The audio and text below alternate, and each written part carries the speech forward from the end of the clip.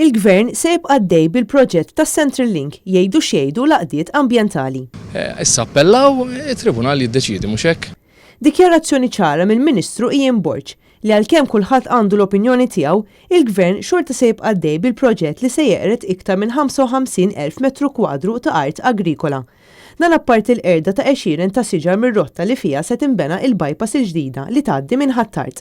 Iktar kmieni din il-ġimgħa 15 il-NGO u residenti resqu appell kontra dan il-proġett kontroversjali. L-appell jitlob sabiex jiġi sospiż kull tip ta' xogħol minħabba li fl-applikazzjoni għal proġett ġew injorati l-sarat li jistgħu jsiru fuq binjiet storiċi u nkissru diversi policies. Infrastructure Malta għandha track record li taqbad u tibda xogħlijiet mingħajr ma jkollha il-permessi neċessarji u għalhekk l-appellanti qed jinsistu li jieqaf dan l-abbuż u verament jittieħdu deċiżjonijiet għal ġid tas-saħħa tar-residenti li jkunu sostenibbli u li jħarsu l-ambjent. Il-Gvern tant ma jimpurtax mill-ambjent laqdiet u residenti kif ukoll il-bdiewa li ċ-Chairman tal-ERA Viktor Aċa li ħatarqu stess ivvota favur dan il-proġett meta kellu d-dover li jħares l-interess ambjentali.